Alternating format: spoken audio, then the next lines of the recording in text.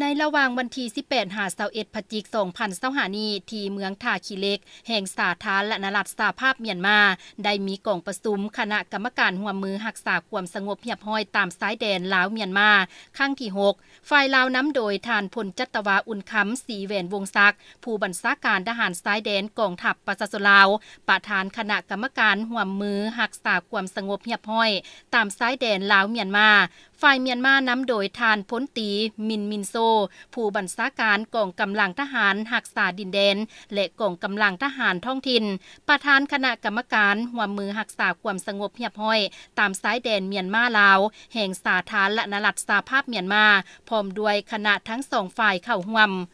กองประชุมในครั้งนี้ได้จัดขึ้นในท่ามกลางบรรยากาศของการพัวพันร่วมมือระหว่าง2ชาติ2กองทัพและประชาชนลาวเมียนมาได้รับการพัฒนาขึ้นอย่างต่อเนื่องเป็นการร่วมมือที่เป็นมูลเชื่ออันดีงามในฐานะบ้านใกล้เฮือนเคียงที่มีมาแต่ดนนานนั้นให้นับมือนับแน่นแฟ้นและลึกซึ้งยิ่งขึ้น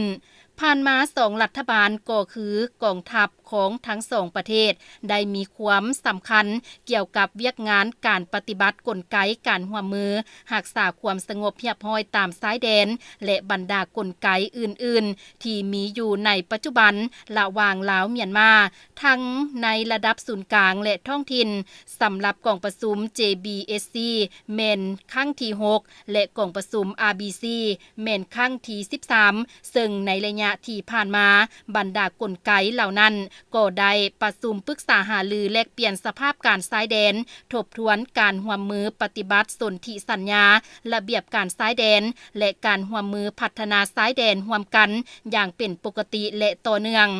นอกจากนี้2ฝ่ายยังได้ประกอบส่วนเข้าในการปฏิบัติกฎหมายและลาดตระเวนร่วม4ฝ่ายลาวเมียนมาจีนและไทยตามลำแม่น้ำคองตอนเหนือเฮ็ดให้สภาพมีความสงบซึ่งได้แสดงออกให้เห็นถึงความสามัคคีหักแพงความช่วยเหลือซึ่งกันและกัน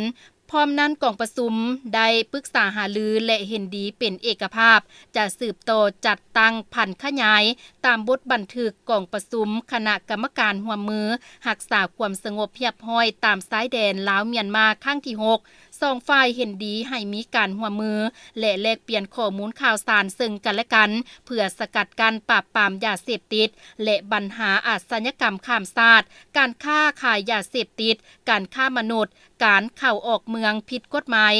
ปัญหาอาชญากรรมทางโทรคมการค้าอาวุธและการเคลื่อนไหวต่างๆที่ละเมิดต่อกฎหมายของทั้ง2ประเทศเพื่อแนะใส่เฮ็ดให้ชีวิตการเป็นอยู่ของประชาชนอยู่บริเวณชายแดนลาวเมียนมาให้กลายเป็นชายแดนแห่งสันติภาพมิตรภาพและการร่วมมืออย่างแท้จริง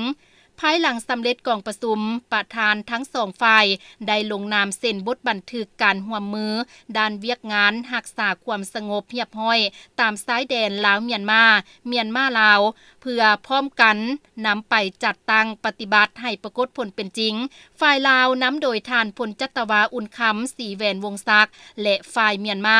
นำโดยพลตรีมินโซจากนั้นประธานทั้ง2ฝ่ายลาวเมียนมาก็ได้เที่ยวชมตัวเมืองท่าขี้เหล็กที่สวยสดงดงามของสาธารณรัฐสหภาพเมียนมาตื่มอีก